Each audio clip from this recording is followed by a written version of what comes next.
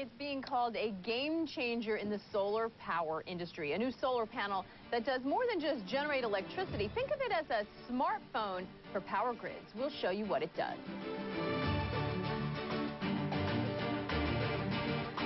Charles, it's not just a solar panel we're talking about in this story, it's a smart panel of sorts, a new product that could revolutionize the solar industry, the way smartphones revolutionized the mobile phone industry. Well, Patricia Wu is live in New York, and she joins us now with details on a fascinating story, Patricia. Hi, Andrew. It's being called a game-changing solar panel, and it's being assembled at a small factory in the U.S. state of New Jersey. The company recently landed a huge contract with the state's largest utility to set up one of the largest single solar energy systems in the country. And the company is green in more ways than one. It's also creating jobs and lifting the local economy. You drive this road every day, and yeah, this is the most fantastic road because this is actually where I first saw the solar panels come up. And they increased over time, so just seeing them lined up like that is just fantastic. Hussam Al-Atrash is an engineer for Petra Solar, a small New Jersey company that's making a big impact on the state's electricity grid. First of all, it is a solar energy generator. Second of all, it acts as a sensor that communicates back and forth the utility. Actually does a lot of intelligence analysis on the local conditions of the grid. This is the panel, and then that's the intelligence right here. That's the exactly. And that little box is the game changer. That little box is the game changer. And really the simplest way of saying that is think of an iPhone. One might say, well, it's just a phone. Well, it's a camera, it's a communications device, it has memory, it has a processor, it has software.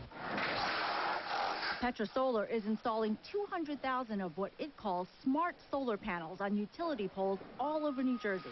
Smart because they don't just generate energy, they monitor the grid for potential problems, and that could mean fewer blackouts. New Jersey's largest utility, PSE&G, is paying $200 million for the installation. Some of the cost is being passed on to customers. Ratepayer initially will pay about 10 cents per month for this investment, and then that diminishes over time. The overall cost still bothers some critics of the project. They say solar investments are driving up the price of conventional electricity for homeowners and businesses. But the mayor here disagrees.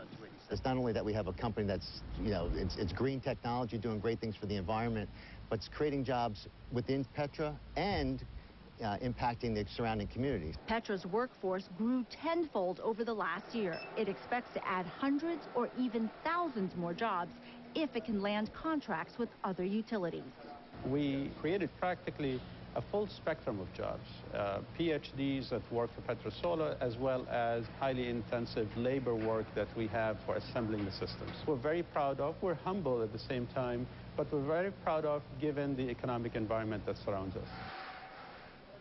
Petra has global aspirations. It's talking to companies in Europe, the Middle East, Australia, and Asia, hoping to land new contracts, and says its business model can create jobs wherever it goes. Andrew? Patricia, Petra Solar is obviously a bit of a trailblazer in the US, but generally the US has been trailing the rest of the world in solar production. What does Petra put that down to?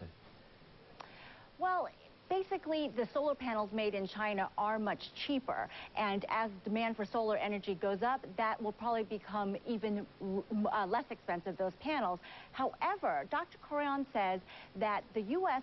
can become the leader on the intelligence side of solar energy. They can manufacture the intelligence, as you saw in the package with these smart panels, and leave that manufacturing somewhere else. And he says that Petra can create the full spectrum of jobs he talked about wherever it goes, because it needs people to refit the panels and install them. That's already proved to be true in New Jersey, and those jobs can't be outsourced. Andrew? Almost too good to be true. Okay, that's great news. Thanks, Patricia Wu in New York. Thank you. Maggie? Yeah, I'm always suspicious of things that sound too good to be true. But listen, many governments are hoping that clean technologies can work on a large scale, boosting job growth. But research from McKinsey Global says policymakers are likely to be disappointed. McKinsey says the clean tech industry is currently too small to make much of an impact on the wider economy. The findings also stress that low-tech green ideas, such as improving insulation and heating for households and local businesses, could be more of a job generator. But long term, you got to start somewhere, right?